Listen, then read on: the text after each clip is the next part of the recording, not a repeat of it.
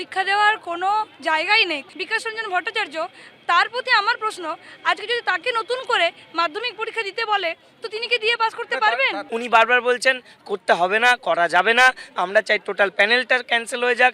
এটা একমাত্র রাজনৈতিক স্বার্থ চরিতার্থ করার জন্য। 26,000 চাকরি প্রাপকের ভবিষ্যৎ কি? অযোগ্যদের শাস্তি দিয়ে যোগ্যদের বহাল রাখা কি সম্ভব? সোমবার সুপ্রিম কোর্টের প্রধান বিচারপতি সঞ্জীব খান্না ও বিচারপতি সঞ্জয় কুমারের বেঞ্চে 2 ঘন্টার শুনানিতেও নিষ্পত্তি হলো না। ফলে মেধার ভিত্তিতে যারা চাকরি পেয়েছেন তাদের উদ্বেগ উৎকণ্ঠা আরও বাড়ল। এদিন মামলাকারীর আইনজীবী বিকাশ রঞ্জন ভট্টাচার্য বলেন, সন্দেহ থাকলে পুরো প্যানেল বাতিল করে নতুনভাবে নিয়োগ করা উচিত। তখন প্রধান বিচারপতি সঞ্জীব খান্না বলেন, নতুনভাবে নিয়োগ মানে অনেক সমস্যা।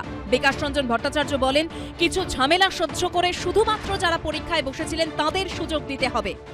যারা ইল্লিগালি অ্যাপয়েন্টেড হয়েছে এবং তারা তো আইডেন্টিফাইড, তারা সিবিআই লিস্ট আইডেন্টিফাইড, এবং বিকাশ রঞ্জন স্যার যিনি ইল্লিগাল ক্যান্ডিডেটসদের কথা বারবার বলছে 0 এমআর শিট সেখান থেকে 53 করা, এটা সেই প্রুফগুলো ওনারা কোথা থেকে পেলেন? ওনারা তো পেলেন সিবিআই রিপোর্ট থেকে।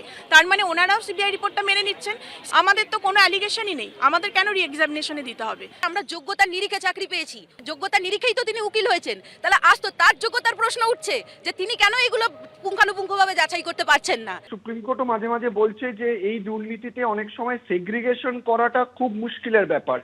সেই ক্ষেত্রে পুরোটা বাতিল করে নতুন পরীক্ষাও যেরকম নেওয়া যায় সেটা একটা হিউমাঙ্গাস টাস্ক। তাই সুপ্রিম কোর্ট আজকে বলেছে আরেকটা সলিউশনও হতে পারে, ওয়েমার যেহেতু পাওয়া গেছে ওয়েমারের ভিত্তিতে নতুন করে ইভ্যালুয়েট করা হোক, ইভ্যালুয়েট করে যারা যারা পাশ করবে তাদেরকে চাকরিতে বহাল রাখা হোক। সোমবার প্রথমে সওয়াল শুরু করেন মামলাকারীর আইনজীবী বিকাশ রঞ্জন ভট্টাচার্য। তিনি বলেন, নিয়োগ দুর্নীতির স্পন্সর রাজ্য সরকার, পরীক্ষায় না বসেই মিলেছে চাকরি।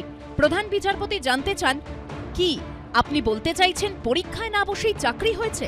তখন বিকাশ রঞ্জন ভট্টাচার্য বলেন, হ্যাঁ। এরপরই তৎকালীন রাজ্যের মন্ত্রী পরেশ অধিকারীর মেয়ে অঙ্কিতা অধিকারীর চাকরির প্রসঙ্গ তোলেন বিকাশ রঞ্জন ভট্টাচার্য। তখন বিকাশ রঞ্জন ভট্টাচার্য বলেন, মন্ত্রীর মেয়ে চাকরি পেয়েছেন, তাঁকে টাকা ফেরাতে বলা হয়েছিল। শিক্ষা প্রতিমন্ত্রী পরেশ অধিকারীর মেয়ের চাকরি নিয়ে প্রশ্ন ওঠার পর তাঁর চাকরি বাতিল করার নির্দেশ দেয় কলকাতা হাইকোর্ট। শিক্ষিকার চাকরি ছাড়তে হয় তাঁকে। রুদ্রপ্রসাদ ভট্টাচার্য নামে একজন চাকরি প্রার্থী ওয়েমার শিটে 23 পেয়েছিলেন, কিন্তু এসএসসি সার্ভারে 53 দেখানো হয়েছিল। এই প্রসঙ্গ সুপ্রিম কোর্টে তোলেন বিকাশ রঞ্জন ভট্টাচার্য। এরপর বিকাশ রঞ্জন ভট্টাচার্য দুজনের উদাহরণ দেন যাদের প্যানেলের মেয়াদ শেষ হওয়া সত্ত্বেও নিয়োগের জন্য সুপারিশ করা হয়েছিল। 10 ফেব্রুয়ারি দুপুর 2টায় ফের এই মামলার শুনানি হবে সুপ্রিম কোর্টে। বিজেন্দ্র সিংহ, কৃষ্ণেন্দু অধিকারী ও সত্যজিৎ বৈদ্যর রিপোর্ট, এবিপি আনন্দ।